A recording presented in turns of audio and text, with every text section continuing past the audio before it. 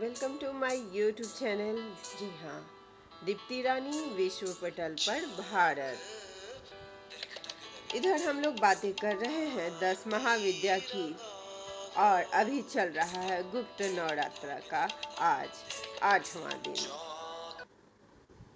अभी तक हमने जाना माँ छिन्नमस्ता, संतान प्राप्ति, दरिद्रता निवारण, काव्य शक्ति लेखन आदि तथा कुंडलिनी जागरण के लिए भजी जाती हैं। मूल मंत्र श्रीं ह्रीं क्लीं ऐं वज्र वैरायणीय हुम हुम फट स्वाहा। माँ त्रिपुर भैरवी के बारे में भी हम लोग जान चुके हैं। ये छठी महाविद्या हैं। ऐश्वर्य प्राप्ति, रोग शांति, त्रैलोक्य विजय व आर्थिक उन्नति की बाधाएं दूर करने के लिए पूजी जाती हैं। इनका मूल मंत्र इस प्रकार है: ह सह हस करी हसे।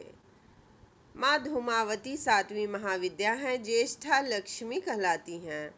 कर्ज से मुक्ति, दारिद्र्य दूर करने, जमीन जायदाद के झगड़े निपटाने, उधारी वसूलने के लिए पूजी जाती हैं। ध्यान रखने योग्य है कि शून्यागार या शमशान में ही साधना की जाती है। हालांकि ये साधना तांत्रिकों के लिए शमशान निर्देशित की गई है, नहीं तो वह कौन सा स्थान नहीं जहाँ पे शव का स्थान नहीं, वह कौन सा घर नहीं जहाँ पे मृत्यु न हुई हो। अगर इस शरीर में जीवंतता है तो जिंदगी है, और अगर उत्साहहीन है तो वही घर शमशान हो जाता है। अतः माँ की भक्ति उत्साह पूर्वक करने की प्रेरणा हमेशा दी जाती है।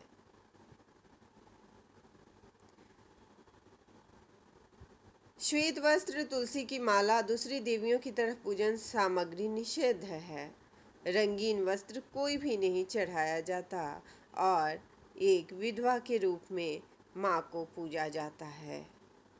ठूम ठूम धूमावती ठह ठह, ये इनका मूल मंत्र है। यह ऐसा देश है हमारा जहाँ पे लक्ष्मी के साथ साथ कुलक्ष्मी की भी पूजा की जाती है, ताकि हे माँ घर में दरिद्रता का वास न हो। श्री बगुलामुखी 8वीं महाविद्या है। यह युग इनका ही है। रोग दोष, शत्रु शांति, वाद विवाद, कोर्ट कचहरी में विजय, युद्ध चुनाव विजय, वशीकरण, स्तंभन तथा धन प्राप्ति के लिए अचूक साधना मानी जाती है। पीला आसन, पीला वस्त्र, हरिद्रा माला आदि का माँ के लिए प्रयोग किया जाता है। मूल मंत्र है ओम ह्रीं बगलामुखी सर्वदुष्टानां वाचम मुखम पदम स्तभ्य जिह्वया किलय बुद्धिम विनाशय ह्लीं ओम स्वाहा। 9वीं महाविद्या मातंगी हैं। शीघ्र विवाह, गृहस्थ जीवन सुखी बनाने, गीत संगीत वशीकरण में सिद्धि प्राप्त करने के लिए पूजी जाती हैं। श्रीं ह्रीं क्लीं हुम मातंगय फट स्वाहा इनका मूल मंत्र है। माँ कमला 10वीं महाविद्या है। भौतिक साधनों की वृद्धि, व्यापार व्यवसाय में वृद्धि, धन संपत्ति प्राप्त करने के लिए पूजी जाती हैं। गुलाबी वस्त्रासन, कमलगट्टे की माला आदि का प्रयोग किया जाता है। मंत्र इस प्रकार है: ओम श्रीं ह्रीं श्रीं कमले कमलालय प्रसीद प्रसीद श्रीं ह्रीं श्रीं महालक्ष्म्यै नमः। इस प्रकार हम देखते हैं कि अगर गुरु मुख से लिए गए मंत्र हों तो शीघ्र प्रभावी होते हैं। यंत्रासन अति आवश्यक है। भोजन में सात्विक भोजन लेना होगा। नशा निषिद्ध है, परंतु किसी भी योग्य गुरु के सानिध्य में ही मंत्रों की साधना करना श्रेयस्कर होता है। 60 गौओं के गोपालक बरसाने के राधा रानी को लिए पूरे जीवन समर्पित बाबा रमेश जी का कहना है, सच्चा भक्त वो है जो अपने दुखों में ईश्वर को भी कष्ट नहीं देता। तो अपने आप को इतना उत्साहित करें, उतना मजबूत करें